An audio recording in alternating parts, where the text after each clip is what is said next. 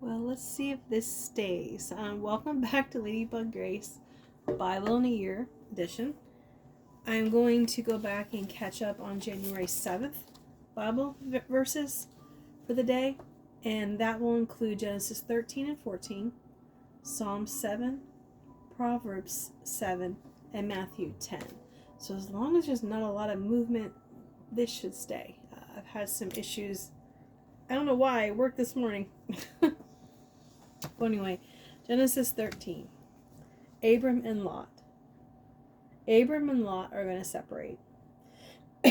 So Abram went up from Egypt to the Negev, and his wife and everything he had. And Lot went with him. Abram had become very wealthy in livestock and in silver and gold. From the Negev he went from place to place until he came to Bethel, to the place between Bethel and Ai, where his tent had been earlier, and where he had first built an altar. Then Abram called on the name of the Lord. Now Lot, who was moving about with Abram, also had flocks and herds and tents. But the land could not support them while they stayed together, for their possessions were so great that they were not able to stay together. And quarreling arose between Abram's herders and Lot's. The Canaanites and the Perizzites were also living in the land at that time.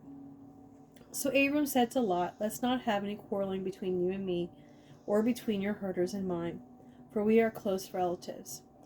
Is not the whole land before you? Let's part company. If you go to the left, I'll go to the right. If you go to the right, I'll go to the left." Lot looked around and saw that the whole plain of the Jordan toward Zoar was well watered like the gardens of the Lord, like the land of Egypt. This was before the Lord destroyed Sodom and Gomorrah. So Lot chose for himself the whole plain of the Jordan and set out toward the east. The two men parted company. Abram lived in the land of Canaan, while Lot lived among the cities of the plain, and pitched his tents near Sodom. Now the people of Sodom were wicked and were sinning greatly against the Lord. The Lord said to Abram after Lot had parted from him, "Look around from where you are to the north and south, to the east and west. All the land you see I will give to you and your offspring forever. I will make your offspring like the dust of the earth, so that if anyone could count the dust, then your offspring could be counted. Go walk through the length and breadth of the land, for I am giving it to you." So Abram went to live near the great trees of Mamre at Hebron, where he pitched his tents. There he built on altars to the Lord. And that is the end of Genesis 13.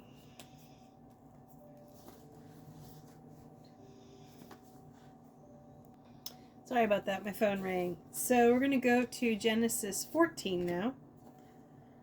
At the time when Ampharal was king of Shinar, Arioch king of Elasar, Kedorlaomer king of Elam, and Tidal king of Goyim, these kings went to war against Bera king of Sodom, Bersha king of Gomorrah, Shinab king of Admah, Shemeber king of Zebaim, and the king of Bela, that is Zoar. All these later kings joined forces in the valley of Sinim, that is the Dead Sea Valley. For 12 years they had been subject to Kedorlaomer, but in the 13th year they rebelled.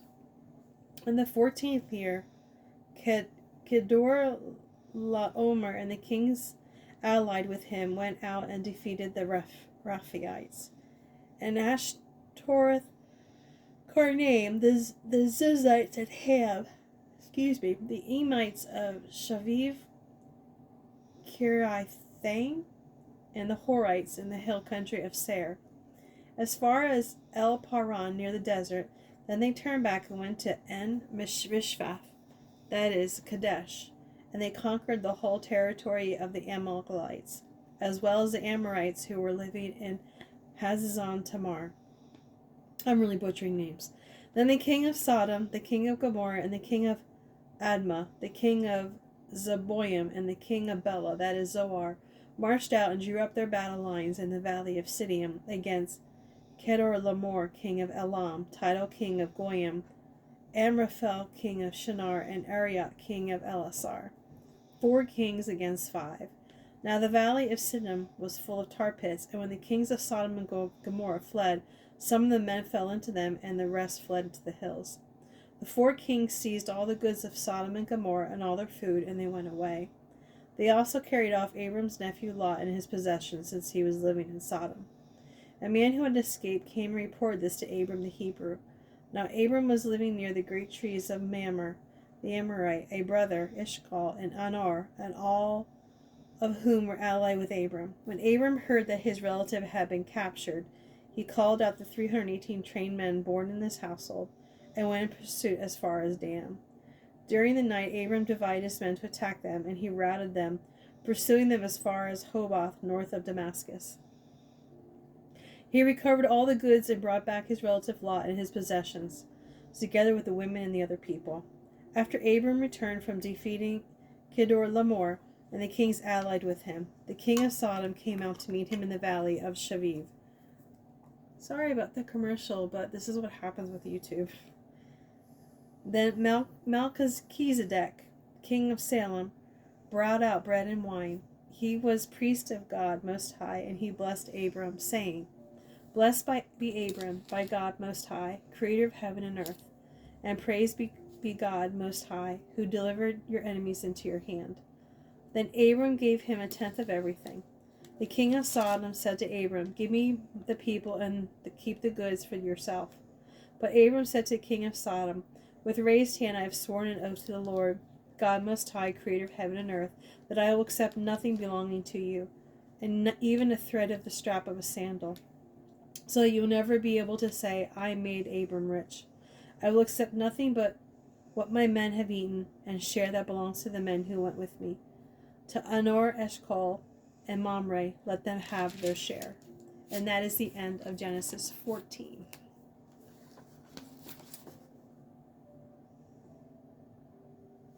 We're going to go to Psalm 7 now.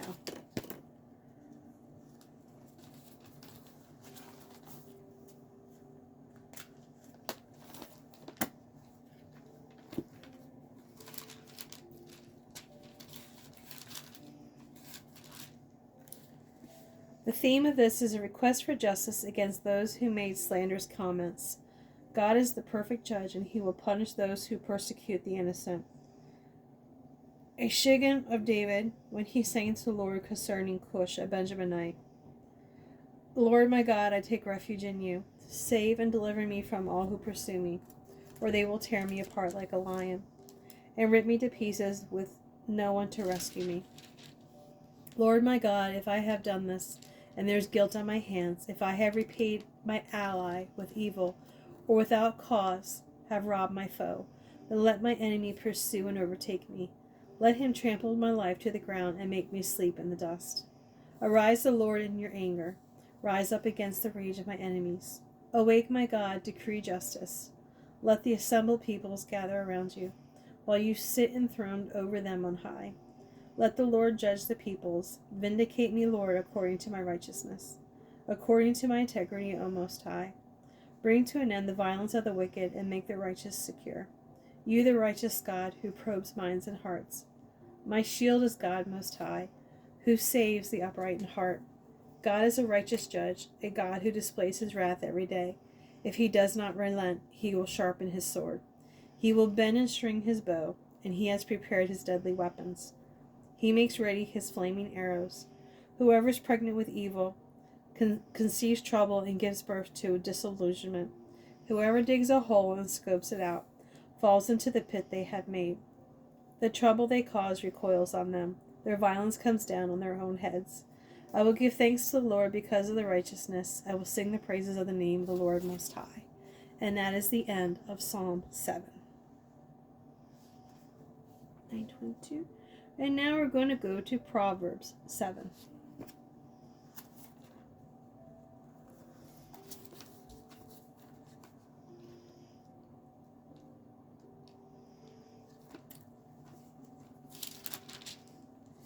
Warning against the adulterous woman. My son, keep my words and store up my commands within you. Keep my commands and you will live. Guard my teachings as the apple of your eye. Bind them on your fingers. Write them on the tablet of your heart. Say to wisdom, you are my sister, and to insight, you are my relative. They will keep you from adulterous women, from the wayward women in her seductive words. At the window of my house I looked down through the lattice. I saw among the simple, I noticed among the young men a youth who had no sense. He was going down the street near her corner, walking along in the direction to her house. At twilight, as the day was fading, as the dark of the night set in, then out came a woman to meet him, dressed like a prostitute and with crafty intent. She is unruly and defiant. Her feet never stay at home. Now in the street, now in the squares, at every corner she lurks.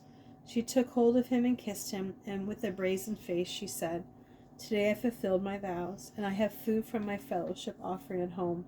So I came out to meet you. I looked for you and have found you. I have covered my bed with colored linens from Egypt. I have perfumed my bed with myrrh, aloes, and cinnamon. Come, let's drink deeply of love until morning. Let's enjoy ourselves with love. My husband is not at home, and he has gone on a long journey. He took his purse filled with money and will not be home till full moon. With persuasive words she led him astray. She seduced him with her smooth talk.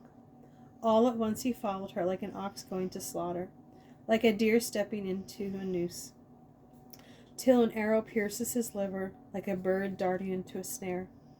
With little knowing it will cost him his life. Now then, my sons, listen to me. Pay attention to what I say. Do not let your heart turn to her ways or stray into her paths. Many are the victims she has brought down. Her slain are a mighty throng. Her house is a highway to the grave, leading down to the chambers of death. And that is the end of Proverbs 7.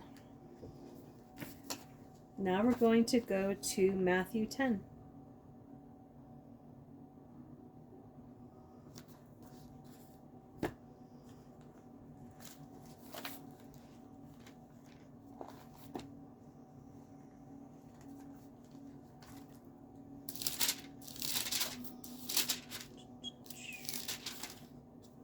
Jesus sends out the 12 disciples. Jesus called his 12 disciples to him and gave them authority to drive out impure spirits and to heal every disease and sickness. These are the names of the 12 apostles. First, Simon, who is called Peter, and his brother Andrew, James, son of Zebedee, and his brother John, Philip and Bartholomew, Thomas and Matthew the tax collector, James, son of Alphaeus and Thaddeus, Simon the zealot, and Judas Iscariot, who betrayed him. These 12 Jesus sent out with the following instructions. Do not go among the Gentiles or enter any town of the Samaritans. Go rather to the lost sheep of Israel. As you go, proclaim this message. The kingdom of heaven has come near. Heal the sick, raise the dead, cleanse those who have leprosy. Drive out demons. Freely you have received, freely give. Do not get any gold or silver or copper to take with you in your belts. No bag for the journey or extra shirt or sandals or staff. For the worker is worth his keep. Whatever town or village you enter, search there for some worthy person and stay at their house until you leave. As you enter the home, give it your greeting. If the home is deserving, let your peace rest on it. If it is not, let your peace return to you. If anyone will not welcome you or listen to your words, leave that home or town and shake the dust off your feet. Truly I tell you, it will be more bearable for Sodom and Gomorrah on the day of judgment than for that town. Jesus prepares the disciples for persecution. I am sending you out like sheep among wolves. Therefore be as shrewd as snakes and as innocent as doves. Be on your guard. You will be handed over to the local councils and be flogged in the synagogues. On my account you will be brought before governors and kings as witnesses to them and to the Gentiles. And when they arrest you, do not worry about what to say or how to say it. At that time you will be given what to say, for it will not be you speaking, but the Spirit of your Father speaking through you. Brother will betray brother to death, and a father to his child. Children will rebel against their parents and have them put to death. You will be hated by everyone because of me, but the one who stands firm to the end will be saved. When you are persecuted in one place, flee to another. Truly I tell you, you will not finish going through the towns of Israel before the Son of Man comes. The student is not above the teacher, nor a servant above his master. It is enough for the student to be like their teachers, and servants like their masters. If the head of the house has been called Beelzebul, how much more the members of this household. So do not be afraid of them, for there is nothing concealed that will not be disclosed, or hidden that will not be made known. What I tell you in the dark, speak in the daylight. What is whispered in your ear, proclaim from the roofs. Do not be afraid of those who kill the body, but cannot kill the soul. Rather, be afraid of the one who can destroy both soul and body in hell. Are not 2 sparrows sold for a penny?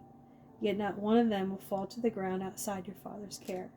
And even the very hairs on your head are all numbered. So don't be afraid, you are worth more than many sparrows. Whoever acknowledges me before others, I will also acknowledge before my Father in heaven. But whoever disowns me before others, I will disown before my Father in heaven. Do not suppose that I have come to bring peace to the earth. I did not come to bring peace, but a sword. For I have come to turn a man against his father, a daughter against her mother, a daughter-in-law against her mother-in-law. A man's enemies will be members of his own household. Anyone who loves their father or mother more than me is not worthy of me. Anyone who loves their son or daughter more than me is not worthy of me. Whoever does not take up their cross and follow me is not worthy of me. Whoever finds their life will lose it, and whoever loses their life for my sake will find it. Anyone who welcomes you welcomes me, and anyone who welcomes me welcomes the one who sent me. Whoever welcomes me, and anyone who welcomes... Oh, this is getting... Where am I? Anyone who welcomes you welcomes me, and anyone who welcomes me welcomes the one who sent me. Whoever welcomes a prophet as a prophet will receive a prophet's reward, and whoever welcomes a righteous person as a righteous person will receive a righteous person reward. And if anyone gives a cup of cold water to one of these little ones who is my disciple, truly I tell you, that person will certainly not lose their reward. And I guess I'm not using this background anymore for my videos because they get commercials on this one. So anyway, thank you for joining me for catch up on January 7th videos or readings. Have a wonderful evening, everybody. Bye.